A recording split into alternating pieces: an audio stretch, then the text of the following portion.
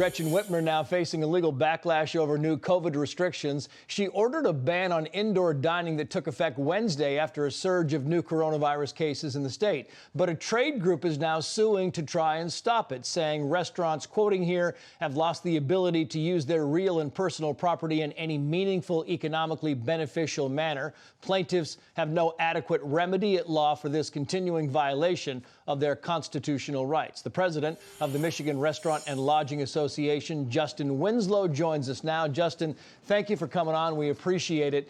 In the suit, what are you hoping for? You want 50% capacity back in the restaurants, 25%? What would you settle for? That's exactly right. We would love the opportunity to get back to doing what we know how to do, which is safely serve guests and keep our employees safe at the same time. And I think the data in Michigan suggests as much. So we're hoping the suit will put a quick pause and allow restaurants to get back to doing what they do best. Yeah, I want to play this quick soundbite from the Michigan governor and get your response on the other side. The situation has never been more dire. We are at the precipice and we need to take some action. You know, Justin, she's right. I mean, look, the situation clearly across the country is getting worse. But you know what I find interesting about this is restaurants are always the low-hanging fruit, right? Restaurants and bars and gyms, low-hanging fruit, and they're the first ones that are shut down.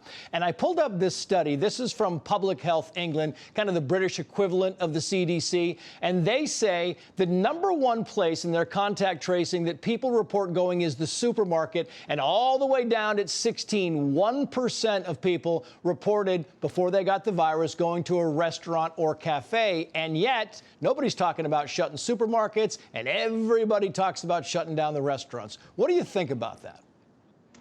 Yeah, listen, I think you're right. The numbers don't look great in Michigan right now, and the hospitalizations have increased as well. I think the restaurant industry has become a convenient scapegoat, and we have tried very hard to demonstrate how much we put safety at the forefront of everything we do every single day, and it shows up in those numbers, exactly as you referenced. The numbers in Michigan, and the contact tracing data occurs, it's presented, and it shows minimal transmission from this industry. In fact, much lower than many industries that remain open for business right now. So we can't help but wonder why we are singled out yet again after being shut down for 85 days in a row earlier this year.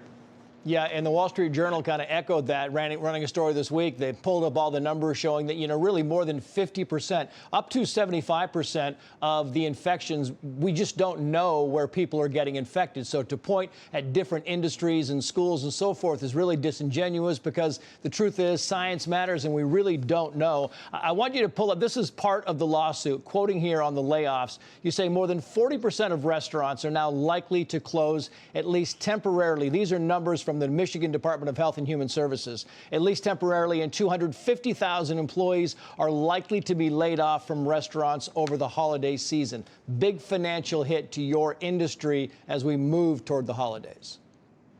Yeah, that's exactly right. And we don't talk about this as the human toll. 250,000 people laid off over the holidays, and we do not have the safety net that was in place earlier in the spring when there were some CARES Act dollars to soften the blow. The blow will be tremendous. We think 6,000 more restaurants are going to close in the coming months because of this closure, and 250,000, maybe 300,000 employees will lose their jobs, and I don't know if they have any of the benefits to help see them through this. Yeah, I've been reading these articles on restaurants across the country and how they've had these robust kind of retaliatory plans, this to-go meals they're serving, and even just giving the food to make these meals. Have you found anything that can at least, you know, try and tide some of these businesses over until maybe, you know, you get 25, 50% capacity back? What's the thought there? Yeah, this is the restaurant industry is very resilient, and it is very creative, and has found a lot of ways to help itself survive. But I think a lot of restaurants learned from the spring what worked and what didn't work. And so when you hear that 40% number, that means 40% of restaurants know that carry out or delivery isn't going to get it done for them, and they can't afford to lose more money over the coming weeks, maybe months. So they're just going to stay closed. And lastly, people don't realize, you know, look, in California, it's easy to have outside dining for much of the year. In Michigan, not so easy, and it really, you know, it's devastating for a lot of people in the restaurant industry. That's right. That's exactly right. Winter's going to be tough around here in Michigan. Yeah, well, Justin Winslow, great of you to come on. Best of luck to you and your industry. Thank you.